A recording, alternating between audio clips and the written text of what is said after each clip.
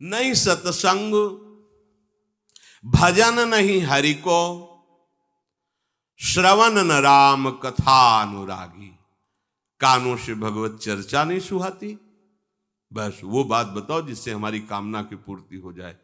जो कहो हवन कर दे। ये हवन से, ये ताबीज बांधने से, ये घोड़े की नाल की अंगूठी पहनने से ये बुरा लगेगा सबको। कुछ नहीं होता, कुछ नहीं होने वाला। पापाचरण करो, पूरा एक टैंकर तेल चढ़ा दो शनि भगवान में, पर तुम्हारा नाश करेंगे। क्योंकि वो तेल से प्रसन्न नहीं होते, वो हरि के शरणागत से प्रसन्न होते। ये सब हरि के अनुचर हैं, सब हरि के अनुचर हैं। जानकी नाथ सहाय करे तो कौन बिगाड़ सके नर तेरो। है ये शुक्र शनिचर राहु केत सब क्षण में हुई है तेरे चेरो। जानकी नाथ सहाय करे कौन बिगाड़ सकता है। महाप्रभु हरिवंश चंद्र जी कह रहे, जो पे कृष्ण चरण मन अर्पित तो करी है का नवग्रह रंक। ये बेचारे नवग्रह भिखारी क्या तुम्हारा कर सकते हैं। यदि तुम बादशाह श्री कृष्ण के दास हो तो ये चाहे जिस नक्षत्र में बैठे हो तुम्हारे अनुकूल चलेंगे, तुम्हारे अनुकूल चलेंगे। तेल चढ़ाने की जरूरत नहीं, अपने को चढ़ा दो श्री हरि के चरणों में। और हरि से विमुख हो तो तेल नहीं, तुम चाहे तेल की फैक्ट्री इन्हीं के ऊपर लगा दो। लेकिन ये सेवक हरि के हैं और हरि के तुम विमुख हो तो ये प्रसन्न हो ही नहीं सकते, तुम्हारा पतन ही होगा। पर ये संसार समझता नहीं। भगवान नाम से मतलब नहीं, भगवत आराधना से मतलब नहीं। अरे भाई ये लोकपाल हैं, जानते हो भक्त को भी काम क्रोध क्यों सताता है। ताकत नहीं इनकी प्रवेश कर जाए, अहंकार है इसलिए। और भगवान को अहंकार अच्छा नहीं लगता, इसीलिए भगवान के सब दूत हैं, चढ़ बैठते हैं। देख तू कितना बड़ा साधक, कितना बड़ा भजनानंदी, दिखा हमें। अब फेल तो मैं भगवान की शरण, तो हो ना भगवान की शरण। और भगवान की शरण में हो जाए तो यही महासुख प्रदान करने लगते हैं, और कोई नहीं, इन्हीं के लड़का बच्चा है। द्वारिकाधीश के पुत्र रूप में कौन प्रकट हो रहा है? भगवान कामदेव, जो प्रद्युम्न अवतार है, साक्षात कामदेव हैं। कामदेव साक्षात आ रहे हैं। हम प्रभु से विमुख हो, कोई हमारा सहयोग कर सकेगा? कोई नहीं कर सकता। और अगर करने गया तो वो भी उल्टा टंग जाएगा। ये भी बात समझ लो। भगवान देख लो, हम आपको उदाहरण बता रहे हैं कि तो कैसे काशी नरेश, पौंड्रक, ये सब मिलकर भगवान के विरोध में हुए।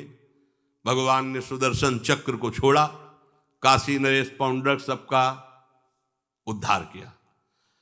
और काशी नरेश का पुत्र था सुदक्षिण, उसने विचार किया कि ये तो बहुत बड़े अपमान की बात है।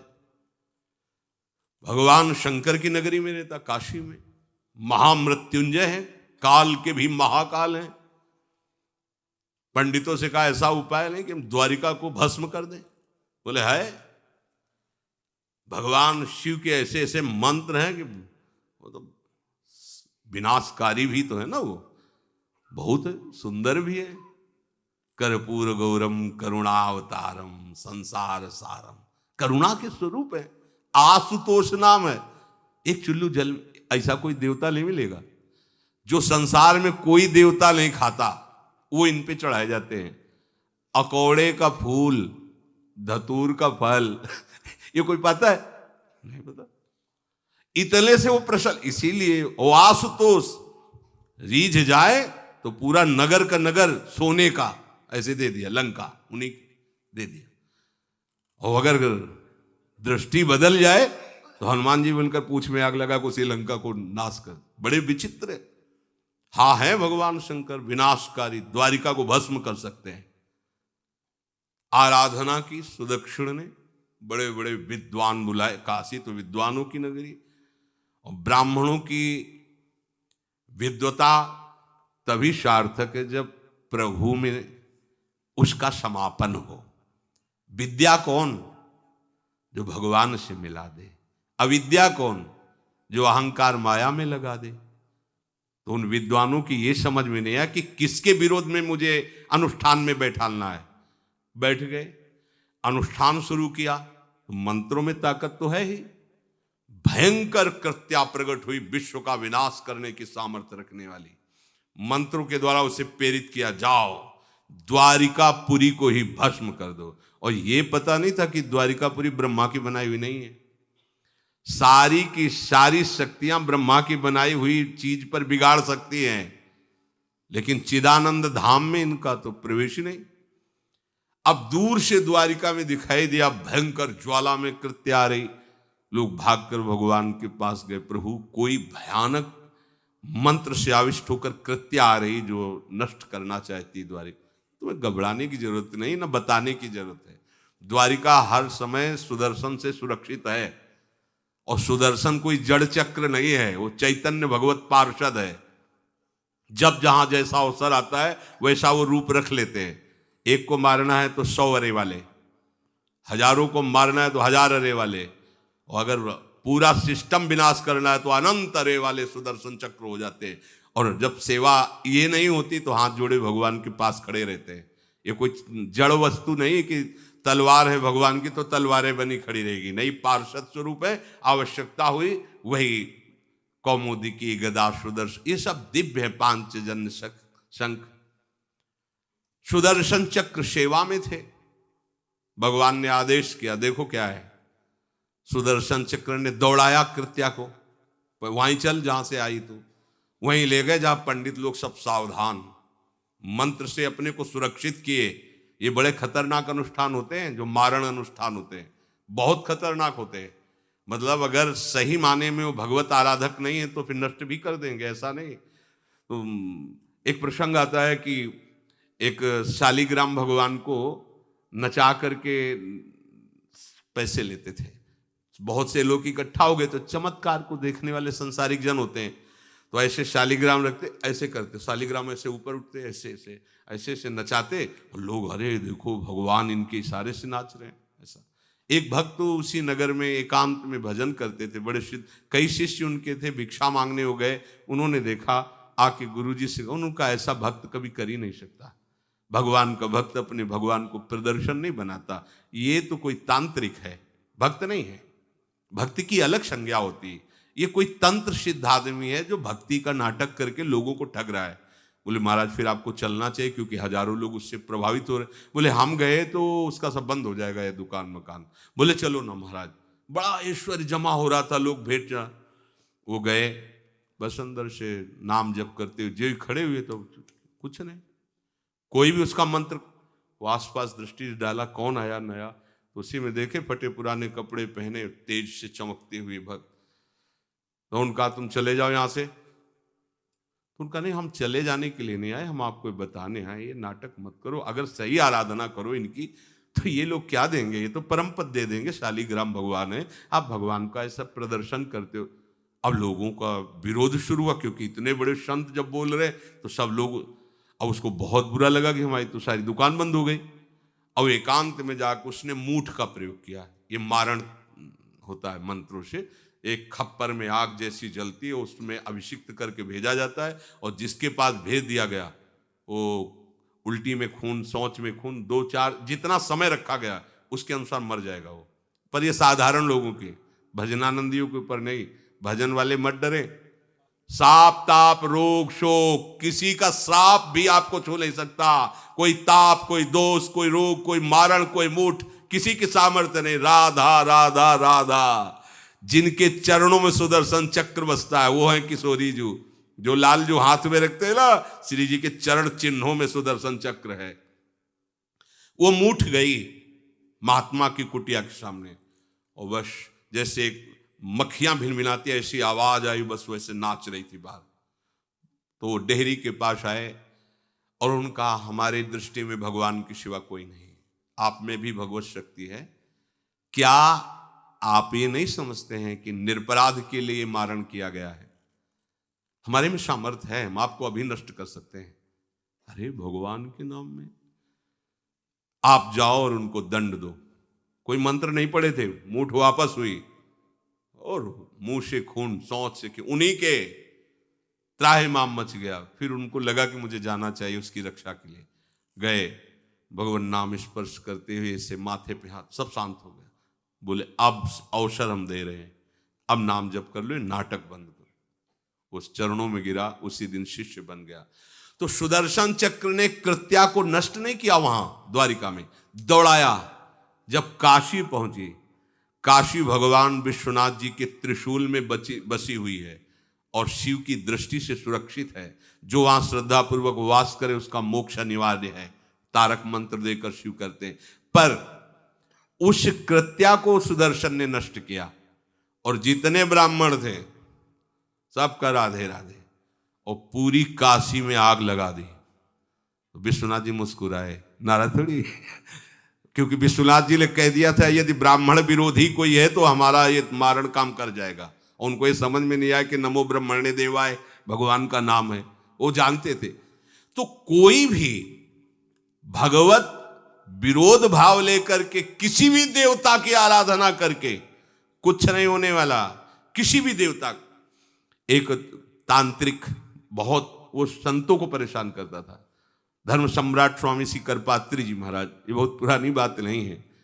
उन्होंने संतों ने आगे बताया कि बहुत अपमान कर देता है। उन्होंने कहा ठीक है, गए, हाँ भाई शुरू हो जाओ, तुम जितना तुम्हारे पास तंत्र है हम एक भी मंत्र नहीं बोलेंगे, दंड लिए हुए हम एक भी मंत्र नहीं बोले, हम केवल खड़े हैं, तुम प्रयोग करो। वो जो उसके तंत्र के प्रयोग, नारायण नारायण नारायण नारायण, कुछ नहीं बोले। अब हम प्रयोग करें तो उठा, साष्टांग दंडोत हुआ, बोले आप धर्म सम्राट करपात्री जी हैं क्या? क्योंकि इतनी सामर्थ्य केवल उन्हीं में है जो मुझे रोक सके। दूसरे बोले बंद कर दो, दोबारा शिकायत नहीं आनी चाहिए हमारे पास। तंत्रों में बड़ी सामर्थ्य होती है, लेकिन भगवान में अनंत सामर्थ्य होती है, अनंत सामर्थ्य होती है। इसलिए हमें कभी भी प्रभु से विमुख होकर कोई भी देवता बचा लेगा ऐसा सोचना भी नहीं कि हम किसी की आराधना करके, ऐसा नहीं, वही आपको नष्ट कर देगा। भरत जी को, जड़ भरत जी को पकड़ ले गए जो चोर लोग थे, दस्यु लोग। उन्होंने देवी जी को कहा, बड़ा भ्रम है यार, वो जगत माता है, अम्मा है सारे जगत की, और बकरे की बलि दे लेते। उनका बच्चा बकरा नहीं हुआ क्या? जब जगन माता है, जगदम्बा है, जगद अम्बा है वो, तो क्या ये छोटे छोटे जीवों को जो बलि देते हैं, क्या उनको ये पता नहीं कि ये उनकी अम्मा है? उनके सामने काट रहे हो, मां तो मुझसे प्रसन्न होगी। काट लो, अभी अवसर आएगा तब तुम्हें पता चलेगा। अब वो जो पकड़ के लाया गया था मनुष्य बलि के लिए, तो वो दस्युराज, एक बाजार सी लगी थी, उत्सव मनाया गया, उसे कहा गया था जो मनावे सो खाओ। तो जहां जाता अच्छे अच्छे पदार्थ खाता। तो दुकान वाले ने खा ले, थोड़ी देर बाद गड़ासा चले गए। बोले क्यों? तो बोले तुम्हें पता नहीं क्या? बोले नहीं। बोले बलि के लिए लाए गए हो। अब तो जलेबी मुंह की मुंह में रह गई कि इसके बाद गड़ासा चले। आसपास देखा तो रक्षक इधर उधर थे, भाग लिया। अब रक्षकों ने देखा कि वो तो है ही नहीं। अब उनको बड़ा भय लगा। अब वहां कोई फोटो थोड़ी खींची गई थी कि बलि किसकी चढ़ानी है। अब वो भागे, महाराज ये बैठे थे पद्मासन में, जड़ भरत जी ब्रह्माकार वृत्ति, इन्हीं को पकड़ ले गए। बढ़िया तगड़ा तंदुरुस्त है। और दस्युराज ने कहा बलि का जो वो लाया गया, वो हाँ मारा, अष्ट देख के प्रसन्न हो गया। तेजो में हष्ट पुष्ट ब्रह्माकार वृत्ति इनकी। बोले स्नान करवाओ। सालों से स्नान नहीं हुआ तो को उपटन लगा के स्नान कराया। खीर पुआ रबड़ी रसगुल्ला सामने भोग लगाओ, दबा के खूब खीर पूरी रबड़ी पाई। अब वो तो भगवान के प्रेमी भक्त हैं, ब्रह्माकार स्वरूप है, अपने स्वरूप में स्थित है। इसके बाद तिलक लगाया। बोले गर्दन झुका। भरत जी अंदर से कह रहे खीर खाया ना, अब गर्दन भी झुका, गर्दन भी कटेगी।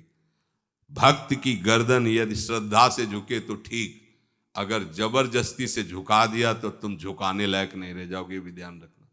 क्योंकि ये गर्दन अब गर्दन नहीं, ये किसी और की शान बन चुकी है। भक्त की गर्दन किसी की शान है और वो उनकी शान है जो सबकी जान है। देवी जी की मूर्ति में आग लग गई, दाह शक्ति पैदा हो गई। जे ही जड़ भरत जी का शरीर ऐसे किया, फाड़ करके मूर्ति भद्रकाली प्रकट हो गई। और जो गड़ासा काटने उसी को उठाया, काट काट के उन्हें दशरथ से लेकर समस्त सांप को काट करके खून की होली खेल दी। भरत जी ने देखा जब कोई काटने वाला नहीं है तो बोले ठीक है अब चलो पचाने के लिए टहलते हैं, थोड़ा खीर पुआ खाया, चल दिए, कोई रोक। देवी जी से एक बार भी लिखा कि मां बड़ी कृपा है। जो भगवान का भक्त है वो दूसरे की कृपा भी नहीं मना सकता। नहीं, एक बार भी मुड़कर ऐसा प्रसंग नहीं आया कि देवी जी के देख बड़ी रक्षा कर, कुछ नहीं। प्राण जाने पर कोई भय नहीं, रक्षा होने पर किसी की स्तुति नहीं, अपने मंगल विधान। हरि आश्रय, सत्संग हरि आश्रय देता है, बहुत बड़ा बल हरि है, मान लो। एक दिन आपसे कह रहे थे कि जब आपने देखा नहीं उनको, उनसे बात नहीं हुई और आप उनके जनों से बात सुनकर उनकी तरफ चल पड़े, इस बात से हरि आपके ऋणी हो जाते हैं, भगवान इसी बात से ऋणी हो जाते हैं। बस ये बात आप हृदय में बैठा लीजिए। जैसे लोग प्रश्न करते हैं ना कि हमने भगवान को देखा नहीं, भगवान को हम कैसे, किसी की बात तो मान लो ना। आप मान लो, वो तो आपके अंदर भी बैठे हुए हैं, वो आपको इतना प्यार देने लगेंगे, जहां कोई सहायक नहीं होगा वहां हरि आपको दिखाई देंगे। देख लेना, बिगड़ी ऐसे क्षण में बन जाती है, ऐसा लगता है गला कटा तो वो तलवार गले तक आएगी, हार बनकर सुगंधित फूल बन जाएगी, पर गले तक आने आने तक तुम्हारी निष्ठा देखी जाएगी। नहीं नहीं, बस मेरे हरि का यही विधान, वो आते आते हार बन जाएगी, वो तलवार तुम्हारा गला नहीं काट पाएगी, क्योंकि गले में हरि नाम चल रहा है। मान लो हमारी महालक्ष्मी चरण चापती रहती, क्या चाहिए तुम्हें, क्या चाहिए। आप सच्ची माने, क्या मतलब कितनी मलिनता छा गई। हम इसको मार देंगे तो 2 लाख रुपए मिल जाएंगे, ये कर देंगे तो, अरे भैया अगर तू हरि नाम जपेगा तो इसकी कीमत नहीं है, कीमत नहीं, अमूल्य वस्तु है। इसके ब्याज में तू कुबेर बन सकता है, मूल तो कभी खत्म होता ही नहीं है, ब्याज में तू ब्रह्मा बन सकता है। बनना तो चाहे, भक्तजन तो कहते हैं नहीं चाहिए मुझे ब्रह्मा का पद, परमेष्ठी पद, नहीं चाहिए सम्राट पद, नहीं चाहिए योग की सिद्धियां, मुझे प्रभु आपकी दास्ता चाहिए। ये बात कितना महासुख होगा उस भक्त को जो इन बातों को कह रहा है, नहीं चाहिए मुझे मोक्ष सुख नहीं चाहिए। वो ऐसे थोड़ी कह रहा है, श्रद्धा से नहीं कह रहा, अनुभूति से कह रहा है, मुझे नहीं चाहिए ये सब, इनमें वो सुख नहीं है जो आपके चरणों के समीप रहने में सुख है। नहीं सत्संग भजन नहीं हरि को, श्रवण न राम कथा अनुरागी, सुत बित दार भवन ममता निसि सोवत अति न कबहु मति जागी। अरे तेरी बुद्धि सो रही है, जगा दे।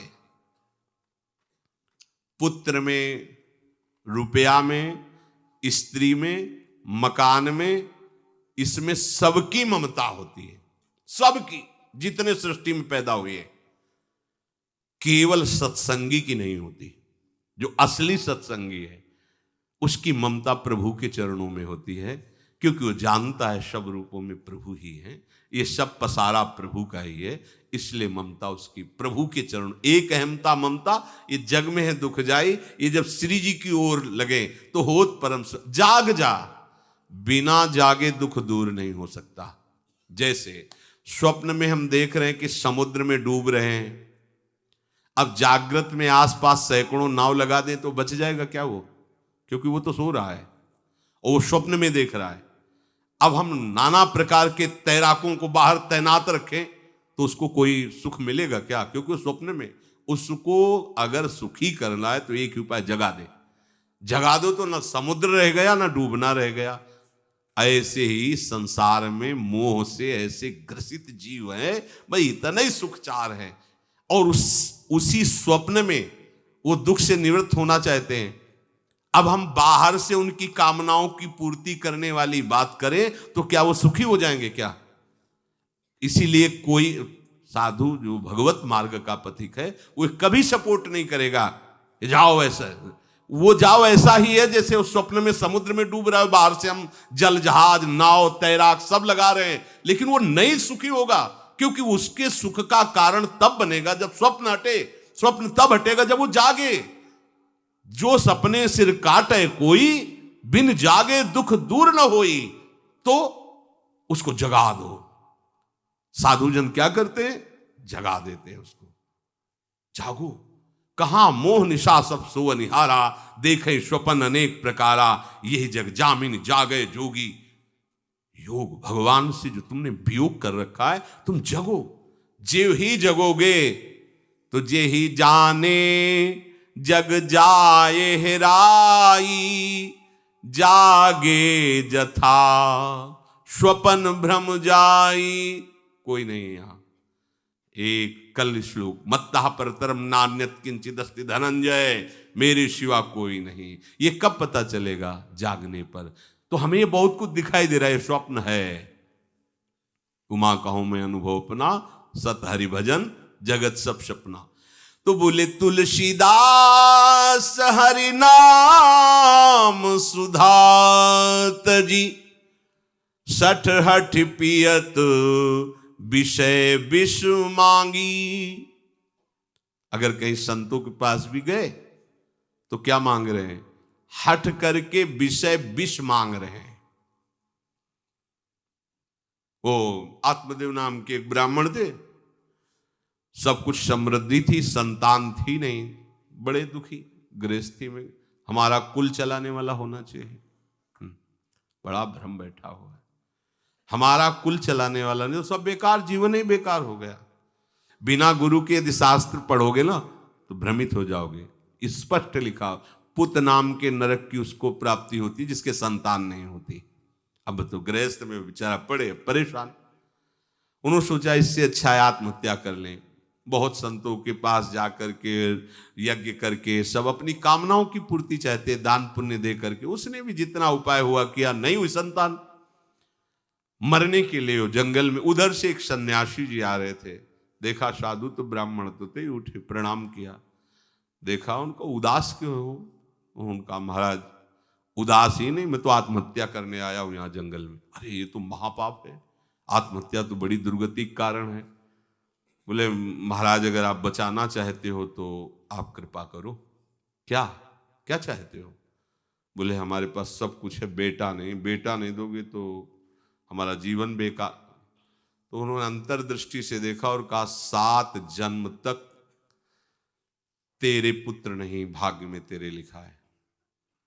तो उसने कहा फिर तो अभी मरते हैं, आत्महत्या करते हैं। 7 जन्म की बात, हम 7 दिन नहीं जिएंगे, हमें पुत्र चाहिए। संत का दयालु। देखो जिनके पास तपस्या और भजन का धन होता है, जब भगवान अधीन है तो कुछ भी कर सकते हो, कुछ भी कर सकते हैं। प्रारब्ध मिटाना कोई बड़ी बात नहीं। प्रारब्ध जानते कोई देवता थोड़ी है, तुम्हारा पीछे का किया हुआ कर्म है। और इधर जोर का भजन है, भजन के प्रभाव से कर्म को नष्ट करने में देर थोड़ी लगती है। ये तो अच्छे शुभ कर्म करो तो तुम्हारा प्रारब्ध बदल जाएगा।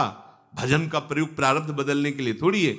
पर वो ऐसा हट किए तो उनका देखो, हट करने से लाभ नहीं मिलता है। उनका हमें उपदेश नहीं, हमें पुत्र चाहिए। अगर आप भगवत प्रेरित होकर यहां आए हो तो आप हमें। तो उन्होंने तपस्या के बल से फल की रचना की और कहा जाओ अपनी पत्नी को ये फल पवा दो और इससे निश्चित पुत्र होगा।